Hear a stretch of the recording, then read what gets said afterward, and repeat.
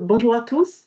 Merci pour votre disponibilité sur ce webinaire consacré à la prévention des risques liés à la chaleur en entreprise.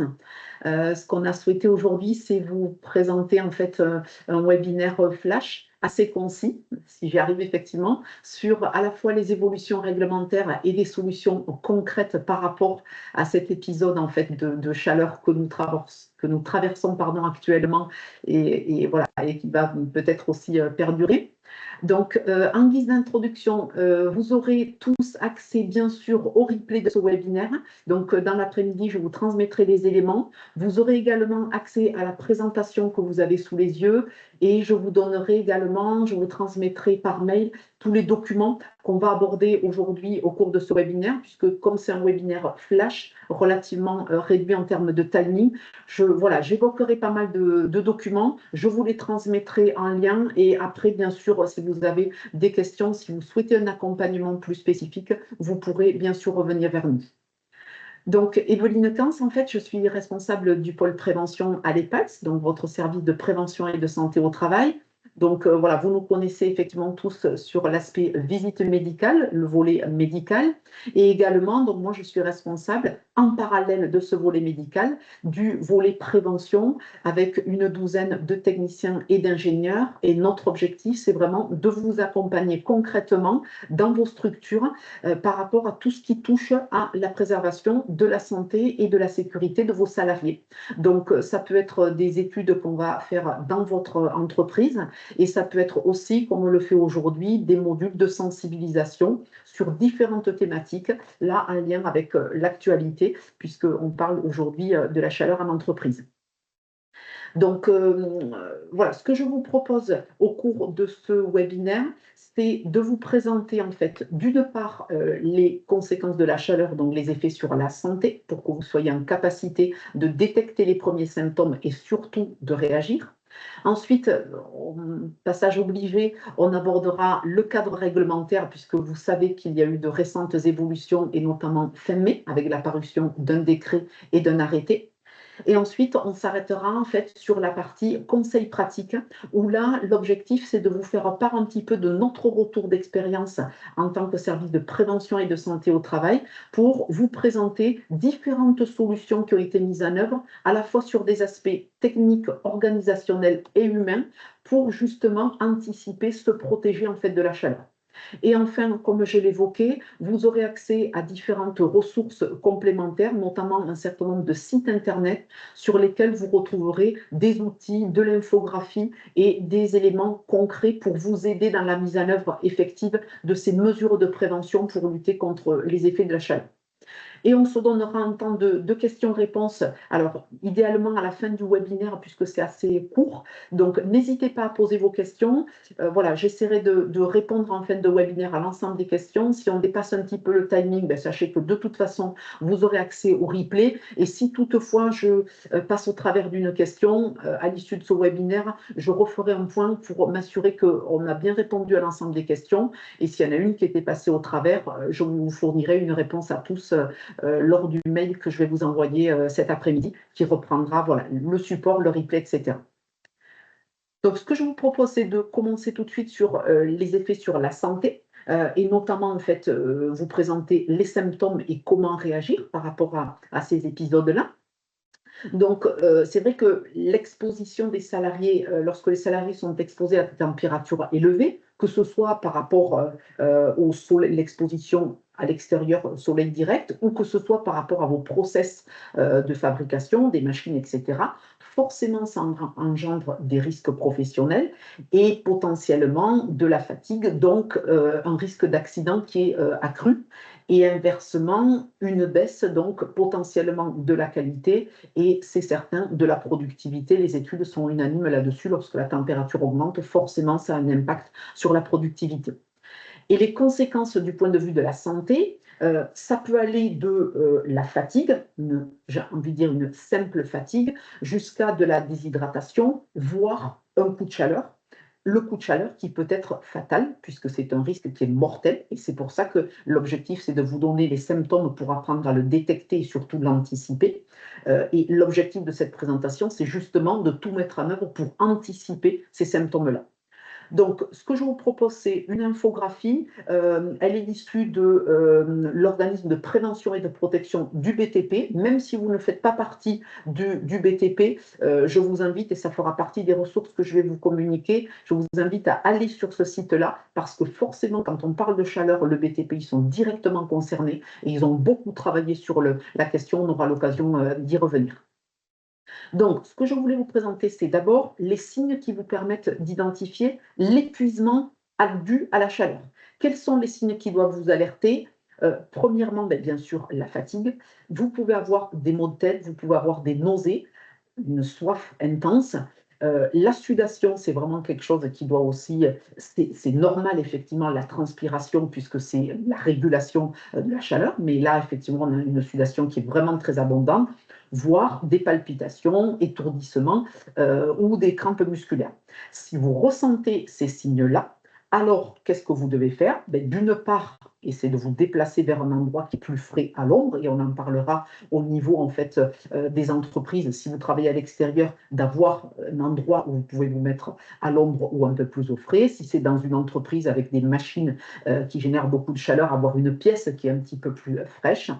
Enlever voilà, le plus de vêtements possible, effectivement, puisque vous pouvez être doté d'équipements de protection individuelle, manches longues pour des raisons de sécurité. Là, du coup, vous soustrayez de l'environnement dangereux et vous enlevez ces vêtements-là. Vous vous rafraîchissez avec de l'eau, donc se rafraîchir les avant-bras, le visage, la nuque, pour diminuer, pour faire baisser la température. Buvez bien sûr de l'eau, en fait, hein, pour vous désaltérer, demandez le cas échéant de l'assistance médicale si vous voyez que les symptômes perdurent, et demandez à ce qu'on reste avec vous pour surveiller l'évolution potentielle de ces signes-là. Donc voilà, ça c'est vraiment les signes d'épuisement dû à la chaleur avec un certain nombre d'actions à mener. Et je voulais surtout vous présenter également ce qu'on appelle le coup de chaleur, qui est vraiment un risque qui est très grave. Là, dans ce cas-là, on est vraiment dans un cas d'urgence. Ce qui doit vous alerter prioritairement parmi tous les symptômes que vous voyez apparaître là, parce qu'il y a des symptômes qui sont identiques à l'épuisement, hein, mais celui qui doit véritablement vous alerter, c'est que là, le corps, le coup de chaleur, le corps n'arrive plus finalement à réguler la température et la transpiration cesse. Et c'est pour ça, du coup, que le corps monte très rapidement en température, avec des fièvres qui peuvent être très élevées, supérieures à 39 degrés, et surtout, votre peau, elle devient rouge, moite ou chaude. Et en fait, il n'y a plus de transpiration. Et ça, c'est vraiment un signe d'urgence qui doit vous alerter. Et là, à ce moment-là, vous appelez les secours, vous suivez les consignes qu'ils vont vous transmettre. Bien sûr, vous déplacez la personne dans un endroit frais, vous restez avec la personne qui a ces symptômes-là pour voilà, la rassurer, l'aider éventuellement à enlever les vêtements comme on l'a vu, l'aider à se rafraîchir également et lui proposer. Alors, bien sûr, si la victime est consciente, hein, parce que la personne peut être inconsciente dans ce cas-là, si elle est consciente, lui proposer voilà, des petites gorgées d'eau, en fait, si elle ne présente pas de troubles digestifs. En tous les cas, c'est les secours qui vous donneront la conduite à tenir. Voilà, donc ça, c'est important effectivement de bien distinguer ces signes-là qui sont importants pour pouvoir réagir de manière efficace et appropriée, en sachant que tout ce que je vais vous montrer après, l'idée, c'est d'anticiper pour éviter justement d'arriver sur ces symptômes-là. Alors maintenant, alors c'est peut-être pas la partie la plus rigolote entre guillemets, mais effectivement, ce cadre réglementaire, il faut le voir aussi comme l'opportunité de mettre en œuvre des actions concrètes sur la prévention de ces risques-là. Donc tout d'abord, j'ai essayé de voir, donc le cadre réglementaire, c'est un décret et un arrêté qui sont parus le 27 mai dernier. Il y a une instruction aussi de la Direction générale du travail qui est parue le 5 juin, c'est plus des consignes pour la partie inspection du travail, comment il faut les contrôles, etc. Mais ça donne aussi quelques indications. Et là, en fait, il y a deux parties. D'une part, des dispositions qui ont été renforcées et qui sont applicables toute l'année. Et donc, je vous ai mis là-dessus les thématiques. Donc, tout ce qui est définition, vous avez les liens vers les articles. Vous avez l'ancienne version qui était applicable avant le 1er juillet. Donc, tout ce qui était locaux fermés devait être chauffé pendant la saison froide.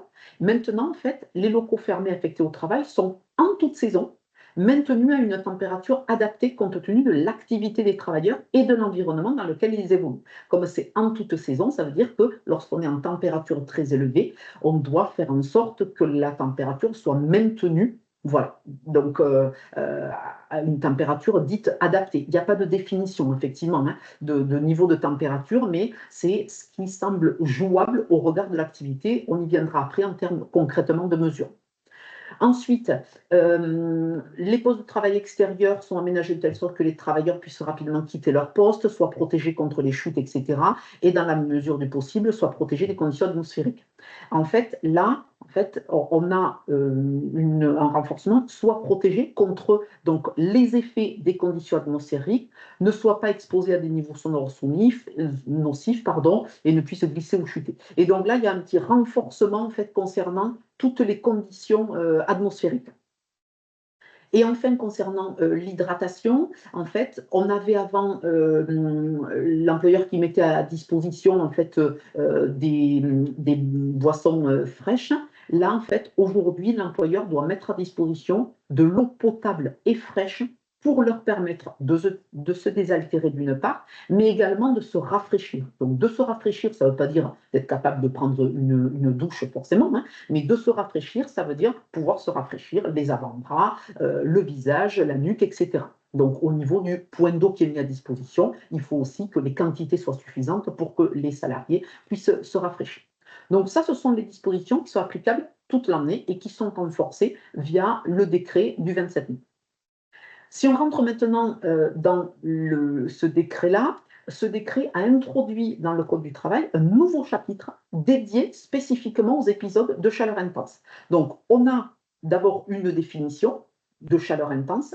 Cette définition, elle est définie par l'arrêté du 27 mai. On y reviendra. C'est notamment le bulletin de vigilance météo que je vais vous présenter. Ensuite, dans les nouvelles exigences, on a un renforcement de l'évaluation des risques par rapport aux salariés qui sont exposés à des épisodes de chaleur intense en intérieur, mais également en extérieur. Et lorsque vous identifiez un risque d'atteinte à la santé ou à la sécurité, vous devez définir des mesures et des actions concrètes de prévention. Et dans le Code du travail maintenant, on a un listing de 8 mesures sur lesquelles on doit justement s'appuyer pour définir en fait des actions concrètes de prévention. Et ça doit bien sûr être enregistré dans votre document unique. Donc, ces mesures de prévention, les voici. Elles sont donc au nombre de 8. Donc, la première mesure, donc la mise en œuvre de procédés de travail ne nécessitant pas d'exposition à la chaleur ou une exposition moindre, hein, parce que bien sûr, ça va être fonction de votre activité. Donc, ne nécessitant pas d'exposition à la chaleur, suivant votre activité, ce n'est pas forcément jouable, mais en tous les cas, c'est mener une réflexion sur les procédés de travail. La modification de l'aménagement ou de l'agencement des lieux de travail. Donc là, voilà, mener cette réflexion-là, échanger sur comment je peux aménager mes locaux, comment je peux agencer les postes le cas échéant. Si j'ai des machines qui génèrent beaucoup de chaleur, comment j'aménage mes postes, toujours dans la mesure de la faisabilité en fonction de votre activité. Et je vous présenterai après des exemples concrets par rapport à ça. L'adaptation de l'organisation du travail, on parlera bien sûr d'adapter les horaires, ça se fait régulièrement, avec plus ou moins de difficultés suivant les secteurs d'activité. Échanger aussi sur l'intensité, enfin la durée de l'exposition, l'intensité, voir comment on peut prévoir aussi des périodes de repos. Voire pour des moyens techniques pour réduire le rayonnement solaire sur les surfaces qui sont exposées. On peut avoir dans les entreprises, en fait, dans des ateliers, des panneaux en toiture qui sont translucides. Et c'est vrai que là, pour le coup, lorsque le soleil se réfléchit, et sur ces panneaux-là, forcément, ça augmente la température au niveau de l'atelier. Donc, réfléchir pour occulter éventuellement, des systèmes pour occulter. L'eau potable et fraîche mise à disposition, elle doit être augmentée autant qu'il est nécessaire.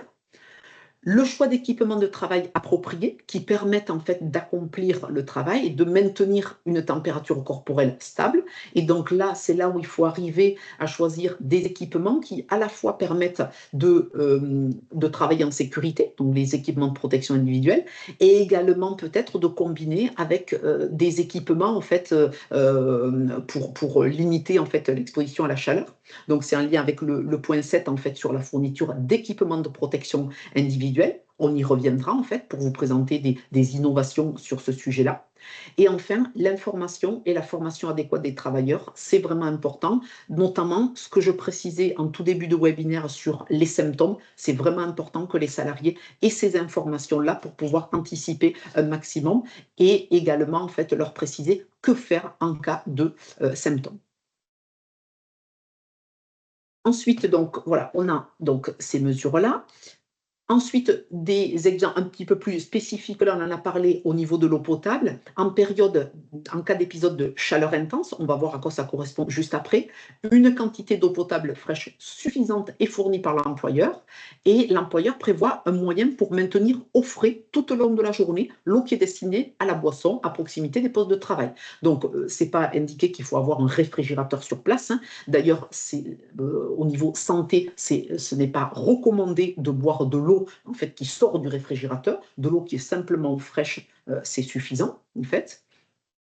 Ensuite, concernant les salariés vulnérables, lorsque l'employeur est informé qu'un travailleur est pour des raisons liées à son âge, à son état de santé, lorsqu'il est informé que le travailleur peut être vulnérable au risque de l'exposition en fait, à la chaleur intense, c'est à la charge de l'employeur d'adapter spécifiquement pour ce salarié, en fait, les conditions de travail, en lien avec nous, avec le service de santé, en fait, pour adapter les mesures de prévention. Alors, quand on parle de salariés vulnérables, ça peut être les femmes enceintes, ça peut être des personnes qui sont reconnues en qualité de travailleurs handicapés, ça peut être des personnes qui ont d'autres pathologies, éventuellement des personnes qui ont des pathologies, mais vous n'en avez pas la connaissance, hein, au regard du secret médical. Et par rapport à ça, en fait, vous pouvez être sollicité par des salariés et vous pouvez bien sûr nous solliciter pour qu'on puisse vous accompagner pour adapter les mesures de prévention par rapport à la spécificité de salariés qui pourraient être vulnérables à ce niveau-là. Et enfin, le signalement, vous devez définir les modalités de signalement de toute apparition d'indices physiologiques préoccupants, c'est ce que je vous ai présenté, de situations de malaise ou de détresse, et tout ce qui est destiné à porter secours. Et ces consignes-là, en fait, ces modalités, sont bien sûr portées à la connaissance des travailleurs et elles nous sont communiquées. Et là, je pourrais vous transmettre une trame pour vous aider justement à définir les modalités de signalement. Globalement, qu'est-ce qu'on doit retrouver sur ce document-là? Pour terminer, 2 articles supplémentaires, on revient encore sur l'eau potable et on précise que lors de la survenue des épisodes de chaleur intense, l'employeur met en œuvre les mesures ou les actions de prévention qu'on vient de voir, les 8 points, en les adaptant en cas d'intensification de la chaleur. Ça veut dire en fait que par rapport à ça, excusez-moi, j'ai une coquille sur les thématiques, on n'était pas sur l'eau potable, c'est l'intensification de la chaleur et après on est sur le plan de prévention, je vous le corrigerai, hein. Donc, sur cette partie-là, en fait, ce qui est important, c'est que dans votre évaluation des risques, sur votre document unique, vous devez faire apparaître les mesures qui sont prévues lorsqu'on est en épisode canicule, en fait, où on est en épisode de chaleur intense, de niveau orange, donc jaune, orange et rouge. Donc, puisque les mesures doivent être adaptées en fonction de l'intensification de la chaleur. Donc ça, c'est important effectivement que dans votre document unique, vous puissiez faire apparaître cette graduation-là et l'adaptation des mesures. Et enfin, le dernier point, en fait, ça concerne plutôt le plan de prévention.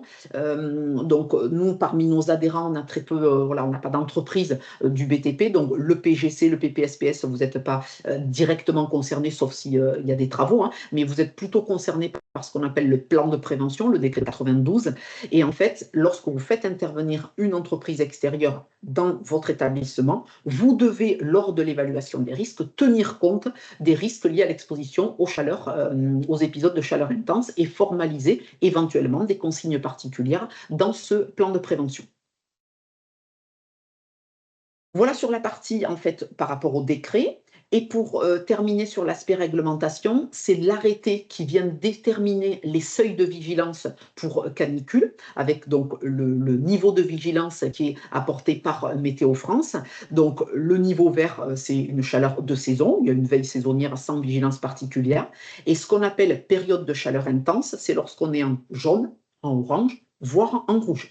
Donc, par rapport à ça, il y a une graduation, il y a bien sûr des critères qui permettent à Météo France de voir où est-ce qu'on se situe. Je vous laisserai prendre connaissance de ces éléments-là. Ce que je voulais surtout vous montrer, c'était en fait le dispositif spécifique de Météo France. Je vous transmettrai bien sûr le lien. Je pense que vous n'êtes pas passé au travers. Et effectivement, ce que je vous présente là, c'est le bulletin qui a été émis ce matin à 6h04 et qui est valable jusqu'à demain. Et sur ce bulletin-là, vous avez la possibilité d'avoir une version PDF. Vous pouvez bien sûr cliquer pour choisir votre département et vous avez en fait au niveau des horaires de la journée, donc là le bulletin a été mis à 6 heures, c'est pour ça que c'est grisé avant, et au niveau des horaires, vous avez en fait, suivant le département, moi je n'ai pas choisi de département là pour l'instant, mais si on avait choisi le département 34, on verrait en fonction des horaires éventuellement une évolution. Et je pense que vous n'êtes pas passé au travers, il y a 2 jours, un certain nombre de départements, une petite dizaine de départements étaient même en vigilance rouge au regard de la canicule. Donc l'idée, c'est effectivement régulièrement de s'informer en sachant que ce bulletin spécifique vigilance canicule, il est sur les 24-48 heures qui arrivent. Après, vous pouvez voir un petit peu des tendances, puisque ce qui est important, c'est de mettre à jour les mesures en fonction de cette évolution. Et c'est vrai que l'été, en fonction des congés, ça nécessite une certaine anticipation. Donc voilà pour la partie réglementaire. Sur la partie maintenant conseils pratiques, donc quelques solutions techniques, organisationnelles et humaines. Donc quelques solutions que je vous ai présentées sous format tableau avec les différentes solutions, quelques caractéristiques, les avantages en fait qui ont pu être relevés de la mise en place de ces actions-là, les retours positifs qui ont pu être faits, surtout dans quel secteur ça a pu être apprécié, et toujours des points de vigilance parce que malheureusement, ce n'est pas applicable dans tous les secteurs d'activité et il faut tenir compte de ces éléments-là. Donc, sur des aspects techniques, vous pouvez retrouver donc, ce qu'on appelle des brumisateurs haute pression ou des ventilateurs industriels. Ça existe en différentes tailles. Ça diffuse des micro-gouttelettes d'eau qui rafraîchissent, refroidissent l'air ambiant. Donc, c'est en intérieur ou en extérieur, mais éventuellement, enfin, quand c'est couvert, hein, c'est pas uniquement à l'extérieur, à l'air libre. Ça permet de réduire de façon effective la température ressentie. On a des adhérents qui ont mis en place ce dispositif et qui sont assez contents effectivement des résultats. C'est assez apprécié. Donc dans de l'industrie, de l'entrepôt. Par contre, attention, point de vigilance, la condensation potentielle au sol, avec du coup, attention de ne pas introduire un risque de chute, éventuellement des nuisances sonores parce qu'on est sur des ventilateurs industriels qui peuvent faire 2 mètres de diamètre, et attention également à la consommation d'eau, puisque c'est des produits qui consomment beaucoup d'eau, qui doivent parfois être raccordés au réseau, et donc voilà, il faut aussi tenir compte de ces éléments-là. D'un point de vue technique, on a parlé de l'eau qui doit être réfrigérée, enfin de l'eau fraîche. On peut avoir des glacières connectées éventuellement qui seront plus efficaces que des glacières classiques, voire des frigos mobiles, entre guillemets, en fait, réfrigérateurs mobiles à voir. C'est des éléments qui sont voilà, mobiles, qui fournissent de l'eau fraîche, voire des blocs de froid. Ça favorise donc l'hydratation, c'est facilement accessible. C'est apprécié donc sur la partie logistique agroalimentaire. Ça permet une meilleure prise des pauses, sachant qu'on aura de l'eau fraîche. Voilà, ça favorise ces pauses-là. Par contre, point de vigilance, la maintenance du matériel, le nettoyage régulier et potentiellement le risque de panne, il ne va pas tomber en panne l'hiver forcément, hein, ça va être forcément en période de forte sollicitation, donc à prendre en compte et veiller à ce que l'eau ne soit pas trop froide en fait. Hein. Donc voilà. On peut retrouver des toiles d'ombrage mobiles, donc des abris qui peuvent être pliants, des structures d'ombre sur des zones exposées. Ça permet de réduire bien sûr l'exposition au soleil. Bien sûr, en termes d'exposition, je ne vous en ai pas parlé parce que le timing est relativement court, mais il y a aussi tous les risques liés aux UV qu'il faut prendre en compte. Là, c'est bien perçu pour voilà, des jardiniers qui vont avoir des activités un peu en statique sur certaines zones ou des techniciens qui interviennent sur des zones localisées. Par contre, point de vigilance, la stabilité au vent et la manipulation de ces éléments-là. Ensuite, ça peut être aussi la mise à disposition de douches avec de l'eau tiède éventuellement pour permettre la récupération, hein. Donc, ça permet d'abaisser la température éventuellement si ces douches sont prises en fin de poste, voire en cours de poste, mais je comprends que c'est beaucoup plus difficile à mettre en œuvre en fait. Ça peut être fait dans l'industrie, la maintenance, la logistique. Par contre, ben, je comprends la difficulté ou point de vigilance en termes d'infrastructure, de nettoyage, de gestion des flux. Voilà, donc avoir la compatibilité avec vos activités. Et enfin, sur la partie solutions techniques, je souhaitais aborder en fait des solutions un petit peu innovantes. Certains de nos adhérents ont pu les tester avec des retours plutôt positifs. Là, j'ai abordé les gilets avec des systèmes rafraîchissants, mais il existe aussi des bandeaux rafraîchissants ou d'autres accessoires. Alors plutôt là pour le BTP, pour des casques. Il y a différentes technologies qui existent. En fait, les avantages, c'est que là, ça soulage efficacement la sensation de chaleur. Dans l'industrie, en fait, voilà, à partir du moment où le protocole de mise en œuvre est bien géré, on a plutôt de bons retours. Par contre, point de vigilance par rapport à l'hygiène, le lavage, le roulement des gilets. On a eu certains de nos adhérents qui malheureusement n'ont pas fait perdurer ces solutions-là pour des raisons d'hygiène. Et par rapport à ça, je vous transmettrai en fait ce document-là, en fait ce panorama mondial, une étude comparative qui a été faite sur les solutions innovantes en période de forte chaleur. Et ce document-là est vraiment très précieux puisqu'il vous présente en fait différents éléments. J'en ai juste fait une petite capture là pour vous donner une idée de ce document-là. C'est d'une part, vous retrouvez une synthèse du niveau de maturité des différentes technologies de rafraîchissement, puisqu'il y a différentes technologies, hein, soit par évaporation, soit par des matériaux à changement de phase, soit par de la circulation de liquide, d'air, etc. Et ces tableaux vous présentent en fait le TRL, c'est le niveau de maturité technologique. Est-ce qu'on est au balbutiement ou est-ce que c'est une solution qui est déjà bien maîtrisée? Donc là, la plupart des solutions sont bien maîtrisées aujourd'hui. Après, il y a des notions d'efficacité. Vous avez la grille de lecture ici, hein. Donc, quand on est à un plus comme l'évaporation d'eau, mais en termes d'efficacité, c'est limité. Par contre, quand on est sur de la circulation de liquide, là, effectivement, on a une réduction significative. L'intégrabilité, en fait, c'est la difficulté ou la facilité d'intégration avec potentiellement des EPI qui sont nécessaires par rapport au risque de votre activité. Et on voit en fait que lorsqu'on est en niveau 1, c'est vraiment des difficultés importantes d'intégration avec d'autres équipements. Et enfin, la notion de prix, alors il faut le voir un petit peu différemment. Le prix, lorsqu'on est à uniquement un plus, c'est un coût qui est relativement élevé. Donc là, l'évaporation d'eau, 3, donc on est à un coût relativement faible. Par contre, les matériaux à changement de phase, qui sont donc plutôt assez efficaces, assez faciles à intégrer, eux ont un coût qui est relativement élevé. Dans ce document-là, vous retrouverez en fait des exemples d'équipements avec des tarifs. Globalement, pour des gilets rafraîchissants, suivant la technologie, ça va de 50 à 250 €. Donc voilà, suivant les technologies. Et vous avez en fait un résumé que vous retrouverez dans ce document sur les technologies, les avantages et les inconvénients. Donc, je vous laisserai, si ces solutions-là, vous pensez qu'elles peuvent être jouables dans votre structure, ben voilà, vous pourrez utilement vous rapporter à ce document-là pour faire les choix et éventuellement tester des équipements. Et enfin, je suis passée rapidement, mais il y a un document de l'INRS que je vous transmettrai également sur l'efficacité des gilets rafraîchissants.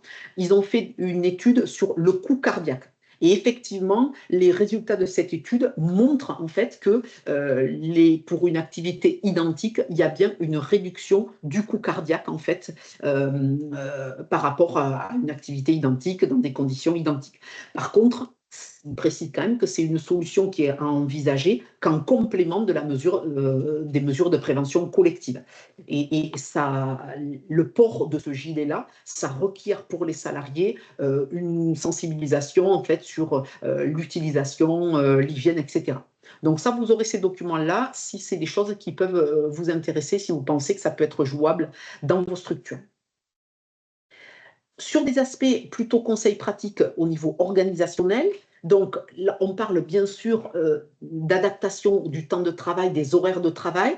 Et là, en fait, voilà, moi j'avais choisi de vous faire part en fait d'une solution de fractionnement du temps de travail. Bien sûr, il y a des alternatives, hein, adapter les horaires, la fréquence des pauses, etc. Mais là, c'était une solution où ils avaient fractionné, et par exemple, la journée en deux parties, le matin assez tôt et plutôt fin de journée pour éviter les pics de chaleur. Alors bien sûr, on est d'accord, hein, sur le papier, ok, mais par contre, en termes d'avantages, oui, on limite l'exposition, il y a un meilleur confort, une productivité qui peut être maintenue. Par contre, je suis bien consciente que ce n'est pas applicable à toutes les activités, et en termes d'organisation familiale, logistique, ça peut être vraiment complexe lorsqu'on a des temps de trajet qui sont importants. Mais voilà, ne vous interdisez pas d'aller jusqu'à l'échange de solutions de ce type-là.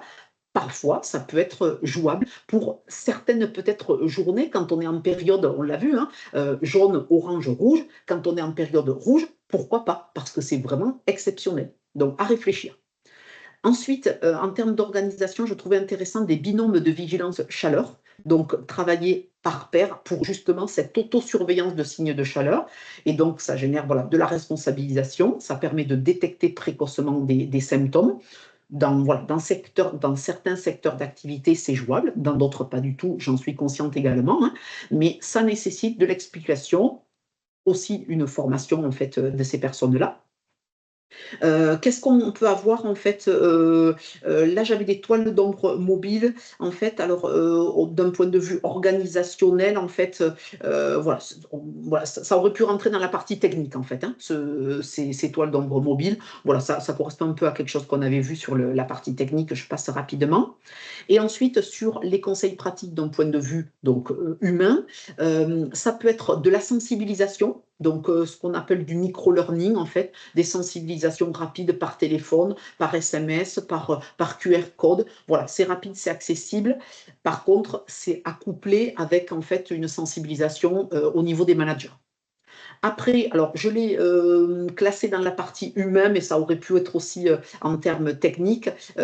Beaucoup d'entreprises fournissent à leurs salariés des petits kits ou alors on peut appeler ça des goodies, mais là pour le coup, c'est pas uniquement des goodies, hein, mais ça peut être une gourde, ça peut être un brumisateur, ça peut être des lunettes, ça peut être une mini glacière, à adapter bien sûr en fonction de votre activité. Mais voilà, c'est un moyen de prévention qui est individualisé, c'est un message qui est assez fort, c'est très bien perçu par les salariés. Alors bien sûr, ça doit s'accompagner d'une sensibilisation et bien sûr, le coût peut aussi être important si le volume est important. Et enfin, la sensibilisation sur l'hygiène de vie. Je voulais faire juste un petit pas de côté par rapport à ça. C'est des notions de sensibilisation, mais ce qui me semblait important, c'est de sensibiliser les salariés sur l'impact de l'alimentation et du sommeil sur comment on réagit face à la chaleur. Et en fait, on s'aperçoit que si le sommeil n'est pas de bonne qualité, forcément, la gestion en fait de ces épisodes de forte chaleur va être beaucoup plus complexe. Alors là, vous allez me dire, ben oui, si vous avez la chance d'avoir la clim, c'est bien pour dormir, mais sans la clim, c'est un peu compliqué. Et effectivement, par rapport à ça, c'est compliqué. Donc, dans les mesures qui peuvent aussi être transmises en matière de sensibilisation des salariés, c'est d'une part au niveau voilà, des logements, de fermer un maximum en fait la journée hein, pour éviter que la chaleur rentre, et ensuite aérer le matin le plus tôt possible aux heures les moins chaudes. J'avais envie de dire les plus fraîches, mais en ce moment, c'est plutôt les moins chaudes. Donc ça, effectivement. Ensuite, donc, il y a une solution qui est un peu technique, qui marche alors au niveau industriel, mais c'est plus voilà, au niveau personnel dans les logements. C'est, vous savez, les ventilateurs qui sont au plafond et qui permettent, en fait, bien utilisés, de diminuer de 2 à 3 degrés la température. Et en fait, je me permets ce petit point de vigilance parce que c'est pas forcément acquis pour tout le monde. Ces ventilateurs ont deux sens, un sens été et un sens hiver. Donc, le sens hiver, il est là justement pour prendre donc la chaleur et la rebasculer au niveau des murs et il tourne à faible vitesse l'hiver. Ça, c'est pour qu'on ait une chaleur homogène dans la pièce. Par contre, l'été, l'objectif, c'est de faire redescendre la chaleur pour avoir cette brise qui va rafraîchir. Donc, petit conseil, si vous avez un équipement de ce type-là, pour savoir s'il est dans la bonne position été ou hiver, quand vous êtes dessous, vous devez véritablement sentir cette brise-là qui vient vous rafraîchir. Si vous sentez très peu d'air, c'est qu'a priori, il tourne dans le sens qui est plutôt hiver. Et concernant l'alimentation, et on parle beaucoup d'hydratation, mais l'alimentation est importante également parce qu'en fait, quand on transpire énormément, pour réguler la température, on perd beaucoup en fait de minéraux, en fait, de sodium, de potassium, calcium, magnésium, etc. Et en fait, l'objectif, c'est bien sûr de s'hydrater correctement et également en termes d'alimentation, de favoriser une alimentation qui est riche justement sur ces minéraux-là et notamment tout ce qui est légumes verts, mais ça peut être aussi en fait des différentes noix, ça peut être des pommes de terre, ça peut être des bananes qui justement permettent de refaire les stocks, je dirais, au niveau minéraux. Et du coup, en fait, pourquoi c'est si important? Parce que c'est grâce à ces minéraux que la contraction musculaire peut se faire. Et du coup, forcément, en termes d'activité, c'est vraiment important. Donc voilà, il y avait ce petit point sur lequel je trouvais que c'était important en fait d'insister et de sensibiliser vos salariés par rapport à l'impact parce qu'on n'y pense pas forcément tout le temps. Voilà un petit peu sur ce que j'avais. J'ai essayé d'être à peu près dans le timing, j'ai un petit peu débordé. Les derniers éléments, en fait, ce sont les ressources complémentaires que vous retrouverez et notamment différents sites Internet. Donc, ces sites-là, si je vous les présente juste rapidement, le site Internet de l'EPALS, je suis dessus, et notamment notre webzine. En fait, on a différents articles et on a un article, les articles récents, vous trouvez un article sur la canicule à l'entreprise. Donc, dans cet article-là, vous retrouvez un certain nombre d'éléments que je vous ai présentés, la réglementation, la loi évolue, etc. Donc, sur ce site-là. Vous avez également le site du plan régional santé-travail Occitanie avec des outils sur la prévention du risque canicule et notamment un document qui est relativement simple là sur la prévention de ces risques-là. L'accès à un webinaire beaucoup plus complet de l'OPPBTP, mais je vous invite à y jeter un œil parce qu'effectivement, les transpositions sont faciles au niveau industrie. Un autre webinaire qui a été animé lundi ou mardi, enfin le 1er juillet, par donc l'adresse qui donne des informations complémentaires également. Le site de l'INRS avec un dossier spécial sur la canicule et les fortes chaleurs au travail, avec comment anticiper les principaux risques, etc. Ça vient en complément. Le bulletin Vigilance Météo France que je vous ai présenté. Le site du ministère du Travail également qui donne des conseils sur ces notions-là et qui a été mis à jour le 30 juin, donc c'est tout récent, on a le contexte, on a le numéro vert, on présente le cadre réglementaire, j'y reviens pas, les recommandations au niveau des travailleurs, les conseils généraux que je vous ai présentés, que faire en cas d'absence ou d'insuffisance de mesures, etc. Le site de l'OPPBTP, donc l'organisme de prévention et de protection du bâtiment, en fait, avec le document que je vous communiquerai. Et sur ce site-là, il y a également différents éléments, dont une infographie, c'est celle que je vous ai présentée. Et donc, vous retrouverez, en fait, voilà, différents éléments qui sont très intéressants. Il existe un bracelet intelligent pour prévenir les coups de chaleur sur les chantiers, mais ça peut fonctionner sur d'autres secteurs d'activité. Donc voilà, je vous invite à aller regarder parce qu'il y a vraiment une mine d'informations qui pourront vous aider justement à prendre les mesures qui sont le plus adaptées au regard de votre activité. L'affiche donc, que je vous ai présentée, le document de l'INRS que je vous enverrai et également cet ouvrage-là que je vous enverrai également. Ce que je vous propose, c'est de regarder vos questions, d'essayer d'y répondre. Et si vous avez des questions, n'hésitez pas. Je vais pouvoir en prendre connaissance et vous apporter les réponses. Alors, j'ai une question. Est-ce que c'est autorisé de mettre à disposition une boisson riche en électrolytes? Alors, je vous ai parlé justement des minéraux. La notion d'électrolyte, je ne sais pas si c'est clair pour tout le monde, mais globalement, pour faire simple, ce sont ces minéraux. Donc, en fait, là où il faut être vigilant, en fait, je pense que ça peut être autorisé. Là où il faut être vigilant, c'est qu'on peut avoir des boissons qui sont riches en électrolytes et qui sont en fait hypertoniques. Donc, je rentre un peu dans le détail, mais s'il y en a qui ont des questions plus précises, vous pourrez revenir vers nous. Et en fait, les boissons hypertoniques, ça veut dire qu'elles sont un petit peu plus concentrées qu'au niveau du corps humain, pour faire simple. Et en fait, ces boissons-là, elles sont à privilégier ou à réserver après l'activité physique en boisson, en fait, lors de l'activité physique, lors des activités de travaux, hein, s'il y a des travaux qui sont avec de la manutention, etc., ça peut être conseillé de transmettre des boissons de ce type-là, mais en veillant à ce qu'elles soient isotoniques. La même concentration, elles seront mieux tolérées. En fait, voilà, certaines personnes peuvent très bien tolérer des boissons qui sont hypertoniques. C'est pour ça que c'est plutôt réservé après en fait l'activité physique, après les périodes en fait où les personnes vont effectuer les travaux les plus physiques. Donc là-dessus. Ensuite, est-ce qu'il faut obligatoirement adapter les mesures en fonction du niveau de vigilance? Est-ce qu'on peut partir sur le principe que la vigilance passe en jaune, que dès que la vigilance passe en jaune, la totalité des mesures doit être adaptée? Alors, effectivement, j'ai envie de dire, qui peut le plus peut le moins.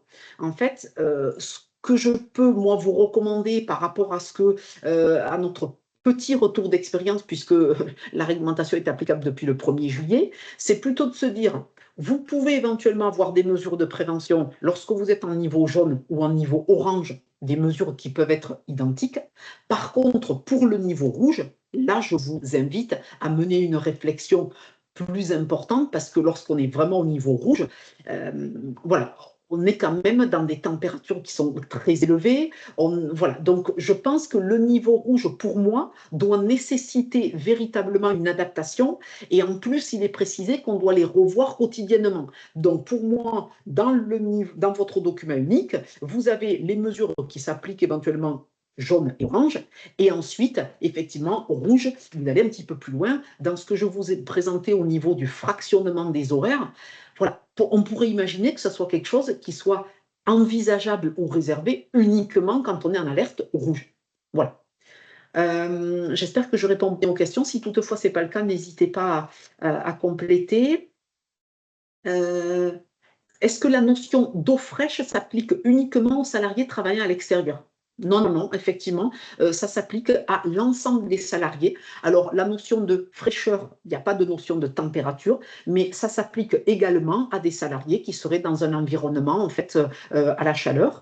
On a de nombreux secteurs d'activité, ça peut être une blanchisserie, ça peut être dans le secteur boulangerie, avec des fours, ou au niveau industriel, hein, à partir du moment où on a des ateliers où il y a des fours, etc., l'objectif, c'est de fournir aux salariés de l'eau fraîche. Donc, comme je vous le disais, en fait, l'eau, l'idée, c'est pas de fournir de l'eau qui sort du réfrigérateur ou, en fait, qui est trop de l'eau glacée, par exemple, hein, parce qu'en fait, si on boit de l'eau glacée, premièrement, au bout de 2 gorgées, on n'a plus soif, en fait, voilà, alors qu'on doit se réhydrater. Et deuxièmement, on donne une fausse information au corps avec cette fraîcheur-là, ce qui fait qu'il va plutôt limiter ou bloquer la transpiration, puisque c'est froid, en fait. Donc, de l'eau qui est, je dirais, le frais, voilà, il ne faut pas non plus avoir quelque chose de trop froid. Et j'en profite par rapport à ça, je n'en ai pas parlé en termes de symptômes au niveau de l'hydratation, pour donner un conseil à vos salariés pour savoir s'ils sont justement déshydratés. C'est très simple à vérifier au niveau de la couleur des urines. Plus les urines sont claires, mieux on est hydraté. Plus les urines sont foncées, plus on est déshydraté. Donc ça, c'est voilà, un moyen très simple et je vous invite à communiquer cette information à vos salariés pour qu'ils puissent eux-mêmes être vigilants par rapport à ça et s'hydrater en fait régulièrement. N'hésitez pas à nous solliciter si vous souhaitez justement nous faire part en fait de mesures que vous avez prévu de mettre en place pour savoir si elles sont adaptées. Nous solliciter, comme je vous l'ai indiqué, par rapport à des salariés dits vulnérables, nous solliciter également ou nous transmettre les consignes que vous avez pu mettre en place en termes d'alerte en fait J'avais préparé un document que je vous remettrai, hein, procédure de signalement de prise en charge de malaise, puisque d'un point de vue réglementaire, voilà, vous devez nous communiquer ces éléments-là pour qu'on puisse vous accompagner et vous aider justement à ajuster ces documents en fonction voilà, des spécificités de votre activité. Mais en tout état de cause, je vous invite véritablement à mener cette réflexion en fait au niveau de vos activités parce que les études sont unanimes aujourd'hui. On sait que les épisodes de forte chaleur ont un impact direct sur la productivité. Et donc l'idée, c'est justement d'essayer de mener une réflexion pour voir en fait, voilà, comment on peut bien sûr améliorer les conditions de travail et d'autre part limiter l'impact sur la productivité au niveau de vos établissements respectifs. Merci beaucoup. On reste à votre écoute hein, et surtout prenez soin de vous en cette période voilà, de chaleur intense. Merci.